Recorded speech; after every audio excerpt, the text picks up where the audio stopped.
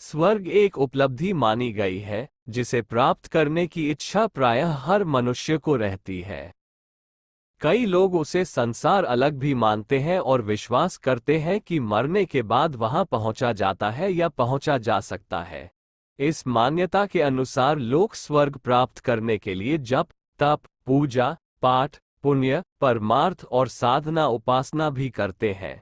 इस पृथ्वी से अलग लोक विशेष में स्वर्ग जैसे किसी स्थान का अस्तित्व है अथवा नहीं, यह विवाद का विषय है, पर उसे प्राप्त करने की इच्छा मनुष्य के आगे बढ़ने की आकांक्षा का द्योतक है, जिसे अनुचित नहीं कहा जा सकता। मनुष्य की यह इच्छा स्वाभाविक ही है कि जिस स्थान पर वह है उससे आगे बढ़े, वह उन वस्तुओं को प्राप्त करे जो उसके पास नहीं है। मनुष्य जन्म के रूप में उसे संसार तो मिल चुका, जहां सुख भी है और दुख भी, अनुकूलताएं भी हैं तथा प्रतिकूलताएं भी। लेकिन मनुष्य की इच्छा रहती है कि दुख, कष्टों और प्रतिकूलताओं से उसका कोई संबंध नहीं रहे। वह अधिकाधिक सुखी, संतुष्ट और सुविधा संपन्न स्थिति को प्राप्त करे। ये स्थिति जीते जी प्राप्त की जाए अथवा मरने के बाद, यह अलग विषय है। लेकिन आस्तिक और सरल विश्वासी व्यक्तियों से लेकर बुद्धिजीवी, हर वस्तु और विषय को तथ्य और तर्क की तराजू पर तोलने वाले परिष्कृत बुद्धि के, यहाँ तक कि नास्तिक और श्रद्धालु लोग भी अधिक सुखी, अधिक प्रसन्न और अधिक सुविधा संपन्न जीवन जीने की आकांक्षा रखते हैं। इस दृष्टि से प्रत्येक व्यक्ति अपनी प्रकृति के अनुसार इस मिले हुए से आगे बढ़कर, जो अभी तक नहीं मिला है, उसे प्राप्त करने की आकांक्षा करते हैं। उस आकांक्षा की पूर्ति के लिए किए जाने वाले प्रयत्नों से पुरुषार्थ को श्रेय मिलता है, वृत्ति को संतोष होता है और उपलब्धि को गौरव प्राप्त होता है। स्वर्ग प्राप्त करने के लिए जप, तप, पूजा, पाठ करने वाले लोगों द्वारा साधना के क्षेत्र में उपलब्धि इसी भूमि पर प्राप्त की जा सकती है। यदि इस लोक से हटकर कहीं स्वर्ग है भी सही, जो संदिग्ध है, तो उसे प्राप्त करने में वही लोग समर्थ हो पाते हैं जो इसी जीवन में स्वर्ग को प्राप्त कर लेते हैं। यदि इस जीवन में वह स्थिति नहीं प्राप्त की जा सकी, तो मरने के बाद जब मनुष्य की अधिकांश शक्तियां और सामर्थ्य नष्ट हो जाती हैं, तो किस बलबूते पर उस स्वर्ग को प्राप्त किया जा सकता है? यदि वास्तव में किसी दूसरे लोक में स्वर्ग जैसा कोई स्थान है, तो उसे प्राप्त करने के लिए इसी जीवन में पात्रता उपार्जित करनी पड़ती है। स्वर्ग की कल्पना इस रूप में की जाती है कि वहां मनुष्य के आसपास आनंद तथा प्रियता बनी रहती है। संसार के सारे धर्म ग्रंथों में स्वर्ग का वर्णन आता है। उसके संबंध में न जाने कितनी कथाएं प्रचलित हैं और अनेकानेक विशेषताएं बताई जाती है। किसी भी धर्म अथवा मत संप्रदाय में स्वर्ग के संबंध में चाहे जो मान्यताएं अथवा धारणाएं क्यों न प्रचलित रही हो, उनमें विभिन्नता भी क्यों न मिलती हो, लेकिन एक बात सभी प्रतिपादनों में समान रूप से मिलती है कि वहां सब कुछ प्रिय तथा आनंददायक है। स्वर्ग में ऐसे कोई कारण नहीं है जिनसे मनुष्य को कष्ट, क्लेश अथवा दुख हो। ऐसा स्वर्ग जिसकी विशेषता आनंद तथा प्रियता है, मनुष्य अपने इसी जीवन में रच सकता है। यदि अपनी मनःस्थिति को परिस्थितियों के अनुसार इस योग्य ढाल दिया जाए कि उसमें कहीं कोई प्रतिकूलताएं हों भी, तो उनका कोई प्रभाव न पड़े तथा न ही उनके कारण दुख या शोक संताप की अग्नि में जलना पड़े, वरन प्रतिकूलताओं के रहते हुए भी मनुष्य प्रियता तथा आनंद की अवस्था में बना रहे। ये स्थिति प्राप्त करना मनुष्य के अपने वश की बात है। वह इस प्रकार का वांछित स्वर्ग अपने लिए यहीं पर बना सकता है, निश्चित रूप से बना सकता है, इसमें जरा भी संदेह नहीं है। आवश्यकता केवल अपने दृष्टिकोण में थोड़ा सा परिवर्तन भर करने की है। दुख और कष्ट क्यों उत्पन्न होते हैं, इसका कारण यदि ढूंढा जाए तो एक स्थूल सा कारण बाधा या विरोध समझ में आता है।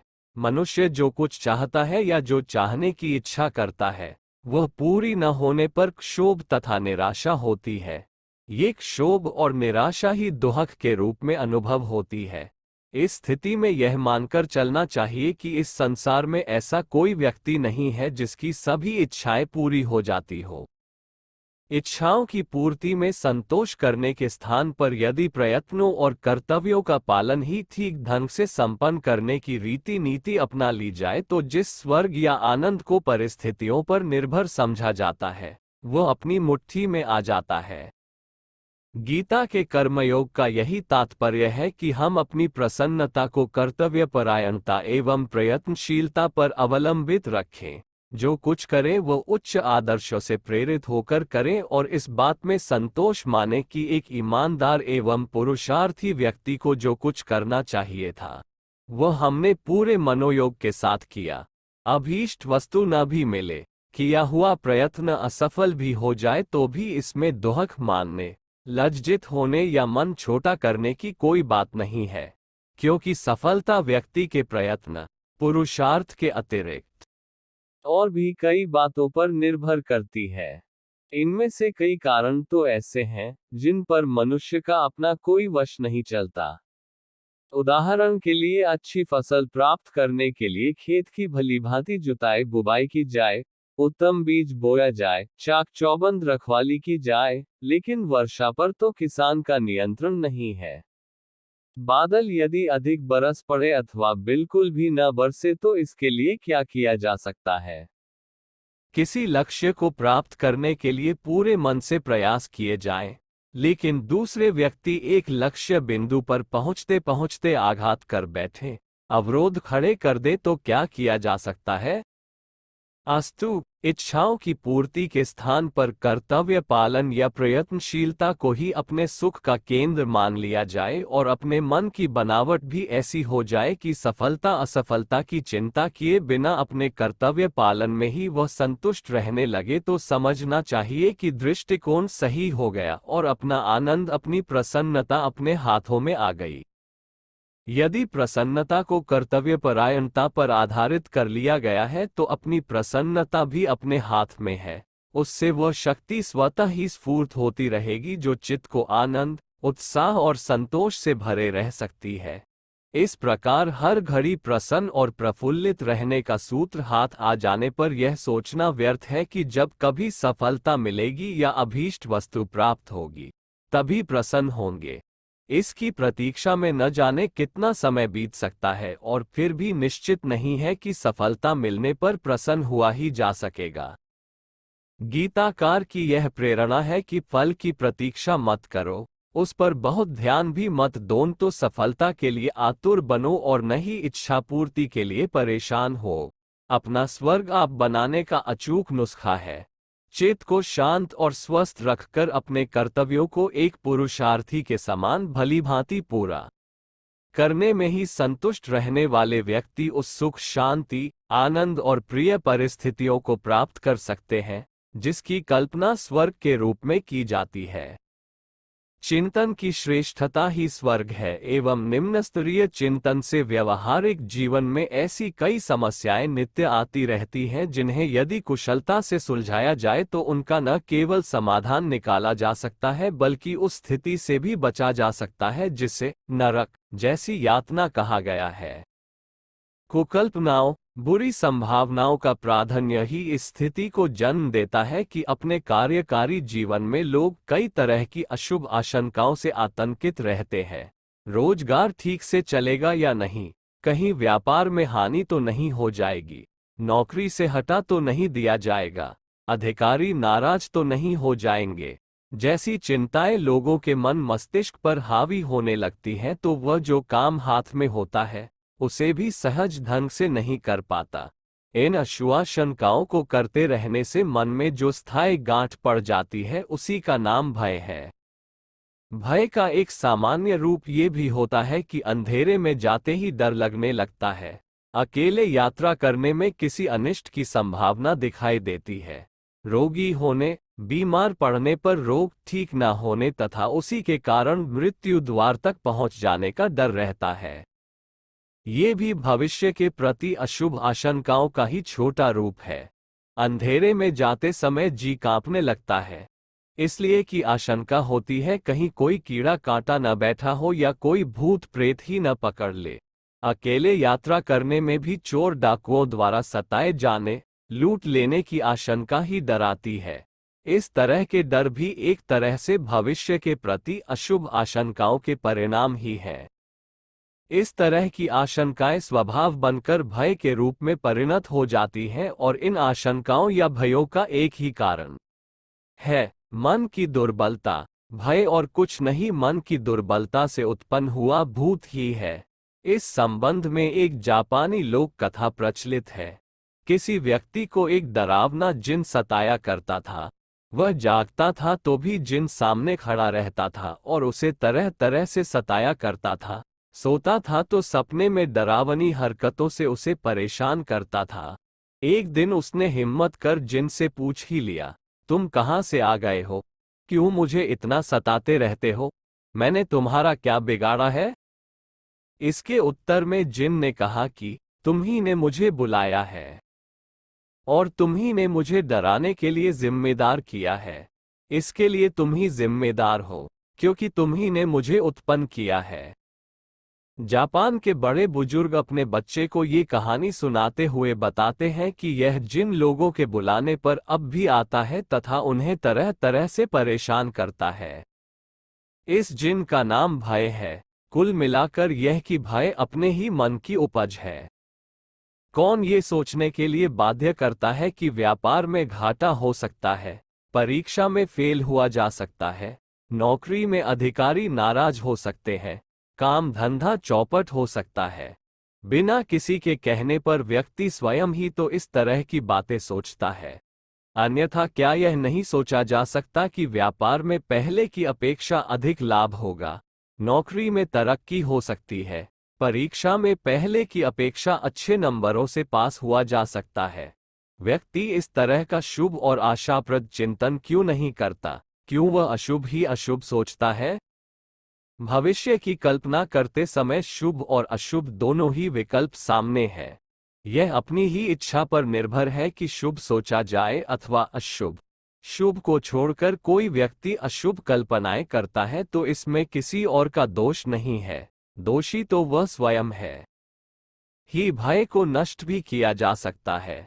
अपने लगाए पेड़ को स्वयं काटा भी जा सकता है और संदर्भों में ये बात लागू होती हो अथवा नहीं होती हो, किंतु मन के संबंध में ये बात 100% लागू होती है कि वह तभी भयभीत होता है जब जाने अनजाने उसे भयभीत होने की आज्ञा दे दी जाती है। यह आज्ञा अशुभ आशंकाओं के रूप में भी हो सकती है और अतीत के कटु अनुभवों तथा दुखद स्मृतियों के रूप में भी। कहने का आशय ये कि किसी भी व्यक्ति के मन में उसकी इच्छा और अनुमति के विपरीत भय प्रवेश कर ही नहीं सकता। तो भीरुता को अपने स्वभाव से हटाने के लिए पहली बात तो यह आवश्यक है कि भय को अपने मन क्षेत्र में प्रवेश करने की अनुमति न दी जाए। बहुधा नए कामों का आरंभ करते समय एक किस्म का संकोच होने लगता है। कारण वही है अशुभ आशंका। उस स्थिति में अशुभ आशंकाओं को अपने मन से झटक कर विचार किया जाना चाहिए। सफलता और असफलता दोनों ही संभावनाएं खुली हुई है। फिर क्या जरूरी है कि असफल ही होना पड़ेगा? मन में आशा का यह अंकुर जमा लिया जाए तो असफलता भी पराजित नहीं कर पाती। उस स्थिति में भी व्यक्ति को ये संतोष रहता है कि असफलता कोई नए अनुभव दे गई है। इन अनुभवों से लाभ उठाते हुए आशावादी व्यक्ति दोबारा प्रयत्न करता रहता है और तब तक प्रयत्न करता रहता है जब तक कि सफलता हस्तगत नहीं हो जाती। असफलताओं और दुखदायी घटनाओं को स्मृति पटल पर बार बार लाने की अपेक्षा ऐसी घटनाओं का स्मरण करना चाहिए जो आपके प्रति आस्था और विश्वास को जगाती हैं। प्रत्येक व्यक्ति के जीवन में सफलता के और असफलता के दोनों ही अवसर आते हैं। दोनों तरह की परिस्थितियां आती हैं जो अच्छी और बुरी होती हैं। सुख दुख के क्षण सभी के जीवन में आते हैं। असफलताओं, कठिनाइयों और कष्टों को याद रखने तथा याद करने की अपेक्षा सफलताओं और सुखद क्षणों को याद करना आशा तथा उत्साह का जनक होता है। ये स्मृतियां व्यक्ति में आत्मविश्वास उत्पन्न करती हैं और जो व्यक्ति अपने आप में विश्वास रखता है, हर कठिनाई का सामना करने के लिए प्रस्तुत रहता है, उसके लिए कैसा भय और कैसी निराशा आत्मबल संपन्न व्यक्ति सदैव स्वर्गोपम सुख शांति भरी परिस्थिति में जीते बताए गए हैं, जबकि अशुभ को ही हमेशा सोचने वाले अपना नरक स्वयं चुन लेते हैं। हम भविष्य की न सोचें, वर्तमान को श्रेष्ठ बनाएं तथा अपना स्वर्ग स्वयं सूझें। मानव जीवन एक कल्प वृक्ष के समान जीवन को यदि मोटी दृष्टि से देखा जाए तो वह एक ऐसा खिलवाड़ जान पड़ता है जिसे ज्यों त्यों करके काटा जाता है। निर्वाह की व्यवस्था जुटाने एवं प्रतिकूलताओं से मोर्चा लेने में ही माथा पच्ची करते करते समय पूरा हो जाता है। चारों ओर अभाव एवं संकट ही नजर आते हैं। नीरस निरर्थक जीवन जीते हुए अपने दुर्भाग्य का रोना रोते हुए व्यक्ति अपना समय समाप्त कर मौत के मुंह में चला जाता है। साधारण जीवन की यही एक छोटी सी झांकी है जो विपरीत परिस्थितियों में तो अन्य प्राणियों से भी इसे गया बीता बना देती है। इससे ऊपर की स्थिति वह है जिसे असामान्य जीवन कहते हैं। सफल, समर्थ और समुन्नत स्तर को प्राप्त व्यक्ति साधारण मनुष्यों को सौभाग्यशाली प्रतीत होते हैं। वैसी स्थिति प्राप्त करने को उनका मन भी ललचाता है। पिछड़े और समुन्नत मनुष्य समूहों के मध्य यह अंतर देखने से आश्चर्य होता है कि एक जैसी काया में रहने वाले मनुष्य प्राणियों की स्थिति का इतना ऊंचा नीचा होने का, इस असमानता का क्या कारण हो सकता है। सृष्टा का पक्षपात, अविवेकपूर्ण व्यवहार भी इसे नहीं कह सकते। यदि वहां व्यतिक्रम रहा होता तो यह अव्यवस्था प्रकृति के हर घटक में उच्छृंखलता के रूप में दृष्टिगोचर होती।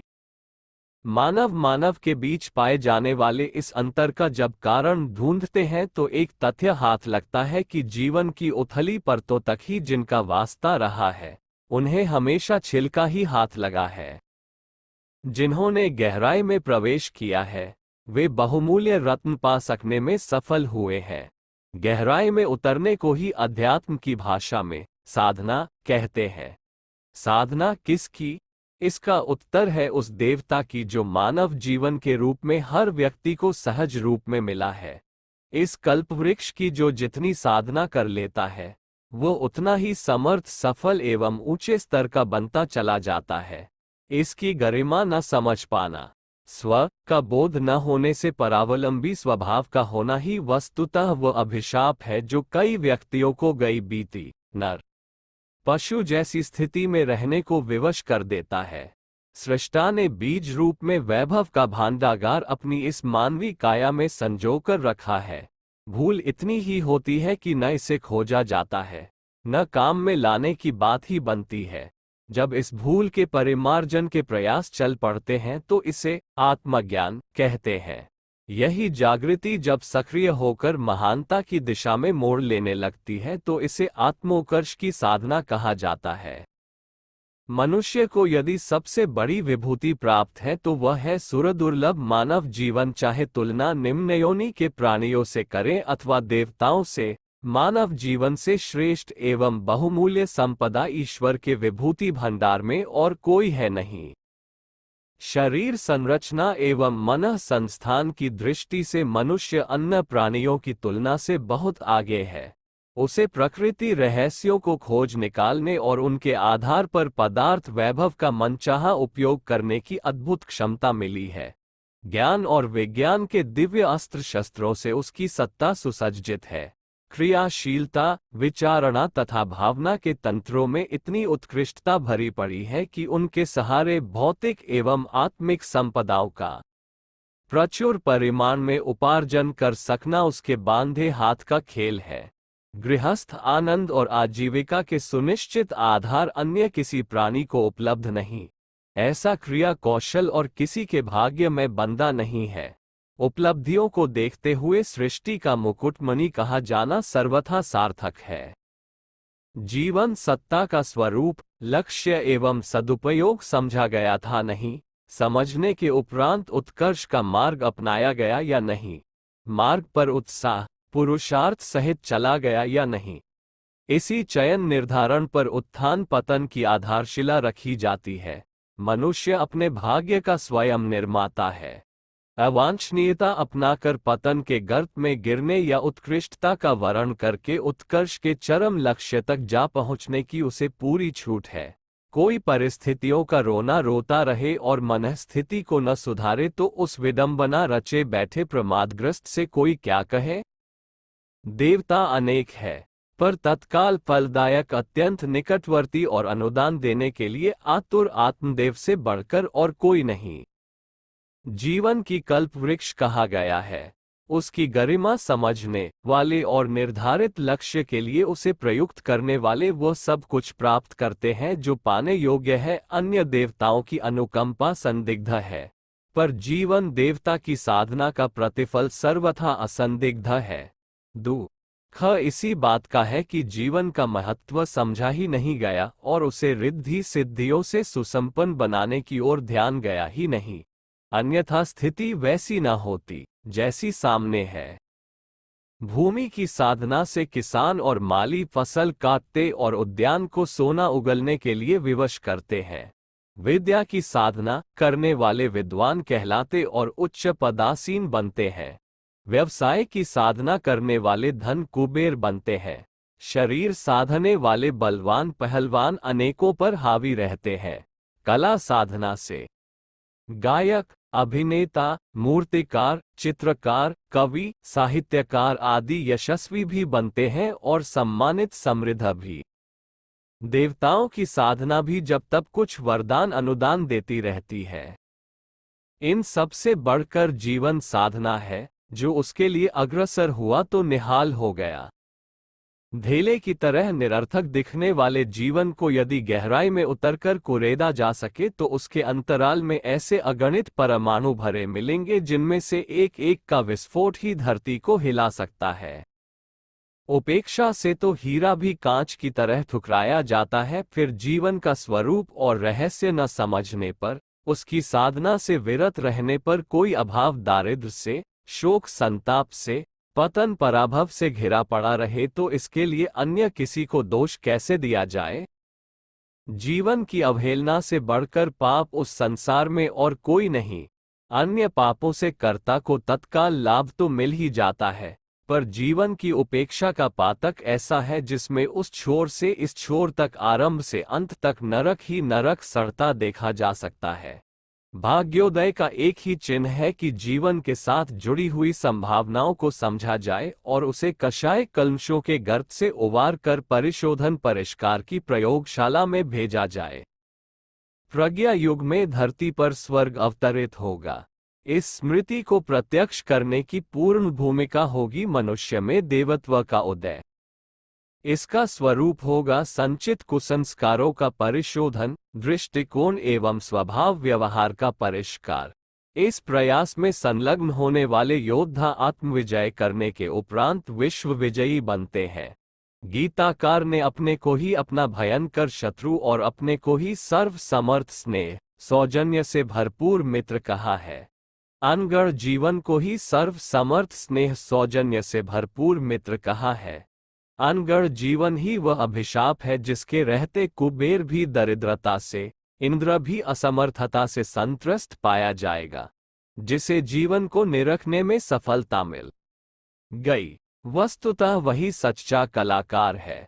उसी की सूझबूझ और भाग्य रेखा को दशों दिशाएं सराहती पाई जाएंगी। सर्प, बंदर, भालू, शेर आदि भयानक पशुओं को सधाकर उपयोगी और कमाव बनाया जाता है। असभ्य, अनगढ़ और कुसंस्कारी एवं अभिशप्त जीवन को आत्मा साधना की भट्टी में गलाना और श्रेय सौभाग्य के ढांचे में ढालना नितांत संभव है। लोग जितना पुरुषार्थ साधन जुटाने और प्रतिपक्षी को हराने में करते हैं, उससे आधा भी यदि अपने आप का परिशोधन परिमार्जन करने में कर सके तो प्रतीत होगा कि यह सबसे अधिक बुद्धिमानी का, सबसे अधिक संपन्नता, सफलता उपार्जन का काम बन पड़ा। व्यक्ति एक प्रकार का चुंबक है जो अपने स्तर का संपर्क, समर्थन, सहयोग प्रचुर परिमाण में खींच बुलाता है। ये कठिन कार्य नहीं है। दूसरे कहना न माने, पकड़ में न आए तो बात समझी भी जा सकती है, पर यह समझ से बाहर है कि अपना शरीर, अपना मन कहना न माने, अपने दृष्टिकोण, स्वभाव, रुझान, अभ्यास को बदलना सुधरना भी अपने आप से न बन पड़े। पानी का नीचे ढलना, ढेले का नीचे गिरना स्वाभाविक है, पर ऊंचा उठाने के लिए, आगे बढ़ने के लिए कुछ अतिरिक्त साहस करने, कोई नया मार्ग अपनाने की आवश्यकता पड़ती है। अवांछनीय धैर्य को तोड़ना और चिंतन तथा व्यवहार को उत्कृष्टता के साथ जोड़ना ही जीवन साधना के निमित्त किया गया सच्चा पराक्रम एवं तप साधना है। जीवन ही अपना घनिष्ठतम स्नेही सहयोगी है। अन्यान्यों की सेवा सहायता की बात सोचने से पहले देखना होगा कि इस अपने ऊपर सर्वथा आश्रित को सुखी समुन्नत बनाने का प्रयत्न हुआ या नहीं, उत्तरदायित्व निभाया या नहीं। यहाँ भली प्रकार समझ लेना चाहिए कि साधन संपदा मात्र शरीर यात्रा के काम आती है। जीवन को सुसंपन्न समुन्नत बनाने के लिए गुण, कर्म, स्वभाव में उत्कृष्टता भर देने वाली विभूतियों का संचय करना पड़ता है। समृद्धि संपादन के दो ही उपाय हैं कि घाटा देने वाले छिद्रों को रोकना, दूसरा वैभव बढ़ाने वाले उपाय उपचारों को अपनाना। शारीरिक, मानसिक, आर्थिक और पारिवारिक क्षेत्रों में लोग दिवालिया होते और समुन्नत बनते देखे जाते हैं। उनमें निमित्त कारण उन्हीं दो अवलंबों को अपनाने न अपनाने की सूझबूझ काम करती है। यही बात जीवन साधना के माध्यम से व्यक्तित्व को पवित्र प्रखर बनाने और आत्मोत्कर्ष की आवश्यकता पूर्ण करने के संबंध में भी है। हर काम योजनाबद्ध ढंग से होता है। बिना सोचे, बिना कार्य की रूपरेखा बनाए कुछ भी करते धरते रहने वालों की परिणतियां भी गुणाक्षर न्याय जैसे संयोग मात्र होते हैं। कार्य छोटा हो या बड़ा, उसके सभी पक्षों पर विचार करने के उपरांत कदम उठाना ही बुद्धिमानी का चिन्ह माना जाता है। यही बात आत्मिक प्रगति के संबंध में भी लागू होती है। जीवन साधना में मनन, चिंतन और निधिध्यासन को आवश्यक माना गया है। हर दिन सूर्योदय से पूर्व या सूर्यास्त के बाद जब चित्त शांत एकांत हो, तब अपने अंतरंग बहिरंग स्थिति का लेखा जोखा लेना चाहिए और भूलों को सुधारने, कमियों को पूरा करने तथा भावी प्रगति के लिए जो कदम उठाने आवश्यक हैं उनका दूरगामी एवं सामयिक निर्धारण करना चाहिए। निर्धारण ऐसा होना चाहिए जो वर्तमान स्थिति में बिना समय गंवाए कार्यान्वित हो सके। 1. आत्मसमीक्षा, 2. आत्मसुधार, 3. आत्मविकास, 4. आत्मनिर्माण। ये चार चरण चारपाई के चार पायों की तरह, कमरे की चार दीवारों की तरह अनिवार्य रूप से आवश्यक माने गए हैं। आमतौर से अपने दोष दुर्गुण समझ में न आने देने वाली पक्षपाती धारणा हर किसी पर चढ़ी रहती है। निष्पक्ष पर्यवेक्षक की दृष्टि अपनाकर गौरवास्पद व्यक्तित्व को सामने रखते हुए उसके साथ तुलना करने पर ही यह माना जा सकता है कि इन दिनों अपनी अंतरंग और बहिरंग स्थिति में किन भूलों और अभावों का दौर है।